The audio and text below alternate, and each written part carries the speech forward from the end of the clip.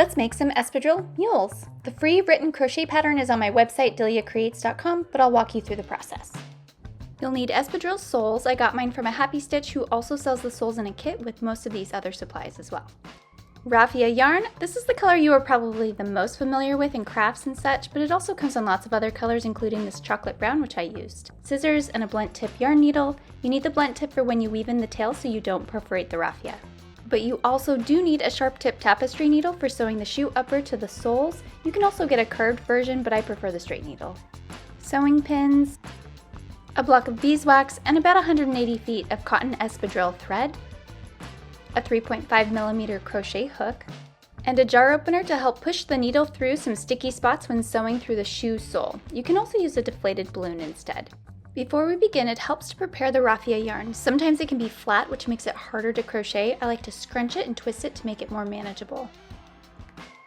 If you run into flat portions while you're in the middle of crocheting, you can pull it through the stitch and then back out, which does the trick nicely too. Alright, let's begin. Tie a slip knot and insert your hook. Then chain the number listed for your size. I'm making a size 37, so I'm chaining 9. If you need a refresher, you chain by yarning over and pulling through. For brand new crocheters, I recommend starting with my Crochet Basics series. Lessons 1 and 2 cover chaining and single crochet, which we use in this project. Continue chaining until you have the amount you need.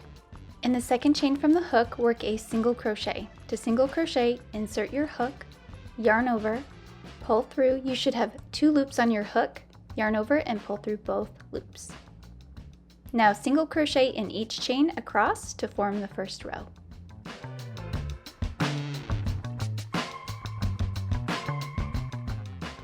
For row 2, turn, chain 1, which doesn't count as a stitch, and work a single crochet into the first stitch. As you can see, raffia is not the easiest material to work with, but it does get a little bit easier as you go.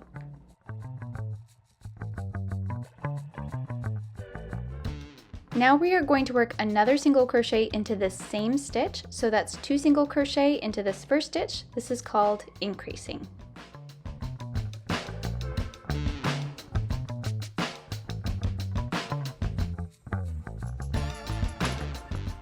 From here, simply work 1 single crochet into each stitch except for the end where we will increase again. To spare you the monotony, let's skip to the end of row 2.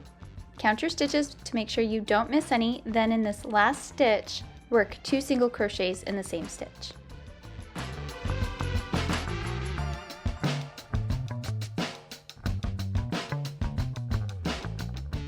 For row 3, turn, chain 1, and do the same thing you did for row 2. Work 2 single crochets into the first stitch, then work 1 single crochet into each stitch until you get to the end, then work 2 single crochet into the last stitch. You can see how the increases at the beginning and end of each row help the sides slant outward. Continue working each row in this fashion for a total of 9 rows. So for the first 9 rows, after row 1, you increase every row. Then for rows 10 through 20, you'll increase every other row. So for row 10, chain 1, don't increase, simply work 1 single crochet into each stitch. Then for row 11, chain 1, work 2 single crochets at the beginning, 1 single crochet in each, and then 2 single crochets in the end, just like you did for the first 9 rows. Continue this pattern of every other row, so no increase, increase, no increase, increase for 11 rows. Now to review, the first section we increased every row, the second section we increased every other row, this last section we stop increasing altogether. So simply work 1 single crochet into each stitch for the number of rows listed for your size, which as you can see creates nice straight sides. Now we're going to add the side flaps, which kind of resemble kitty ears.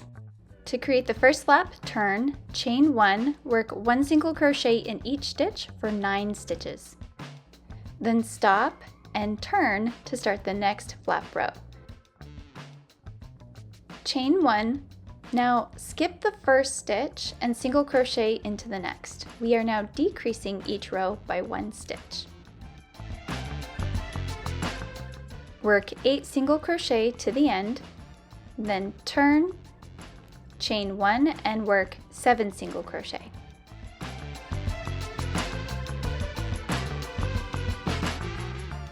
After 7 single crochet, you simply stop early and turn to decrease this row. For the next row, chain 1, skip the first stitch and single crochet into the next. Then single crochet to the end for a total of 6 single crochet.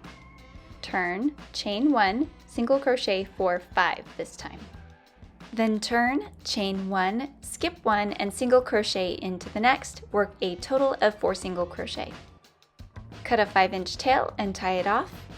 Now repeat on the other side what you did on this side. Insert your hook in the top outside corner. Lay the raffia over the hook, leaving a 5-inch tail at the start, and pull through. Then chain 1 and follow the same side flap pattern for this side. The full written pattern is on my website if you need more guidance.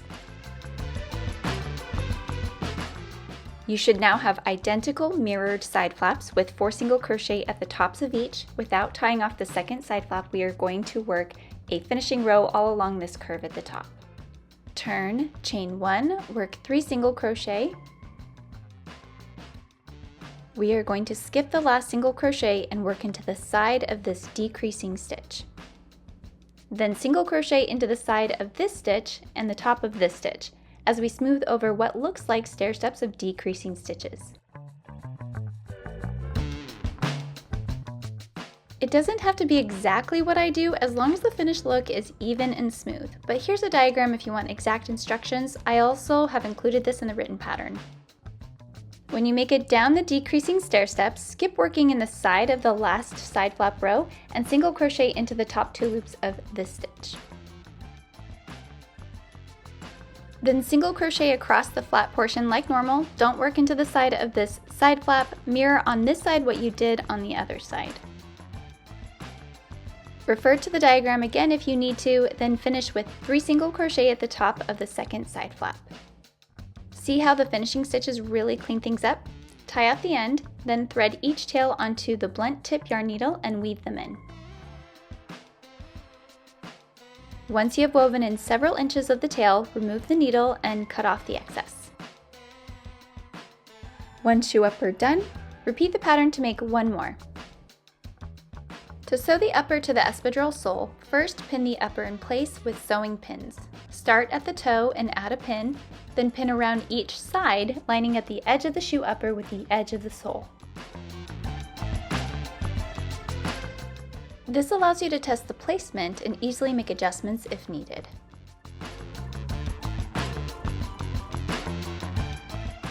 You know you've done it right if the sides look lined up with each other across the sole. Now prepare your cotton thread by cutting 2 pieces 90 inches long. My measuring tape doesn't go to 90 inches, so I measured to 30 inches and then tripled up the thread. To be safe, I recommend going slightly over 90 inches because you don't want to run out. After cutting 2 pieces, prepare them with beeswax. I like to take the thread and press it into the beeswax with my thumb. Start with one end and make several passes over the wax to ensure it's fully coated. Then glide all the thread over the beeswax until you get to the end. This strengthens the thread and makes it water resistant.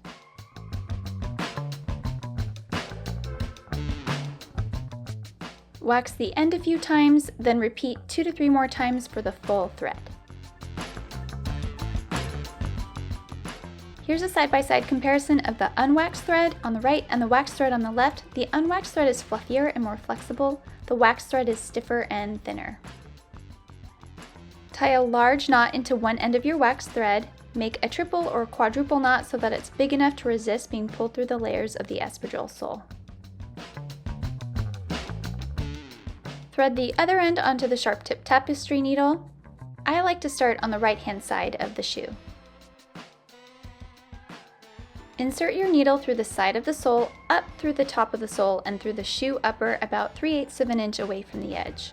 Pull the thread all the way through until the knot hits the side of the sole. Nestle the knot into the layers of the sole and trim off the excess. Sew into this spot, or very near this spot, several times to reinforce the opening of the shoe upper.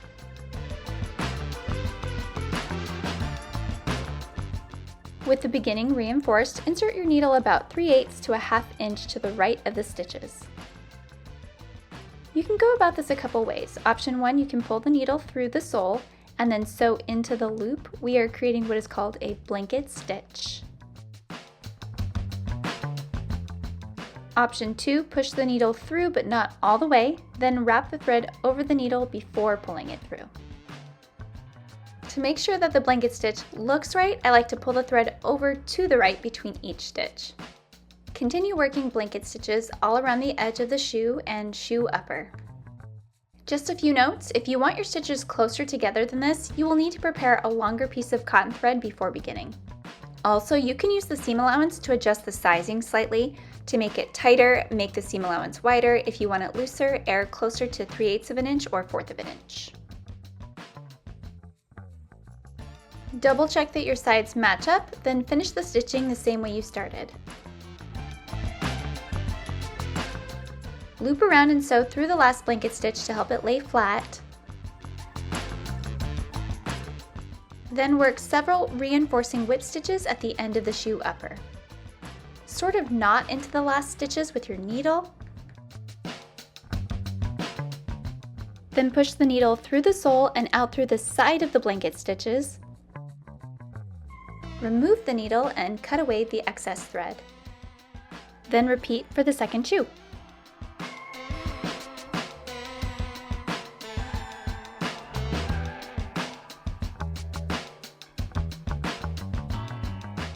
And you're done! For more tutorials and free patterns, visit DeliaCreates.com.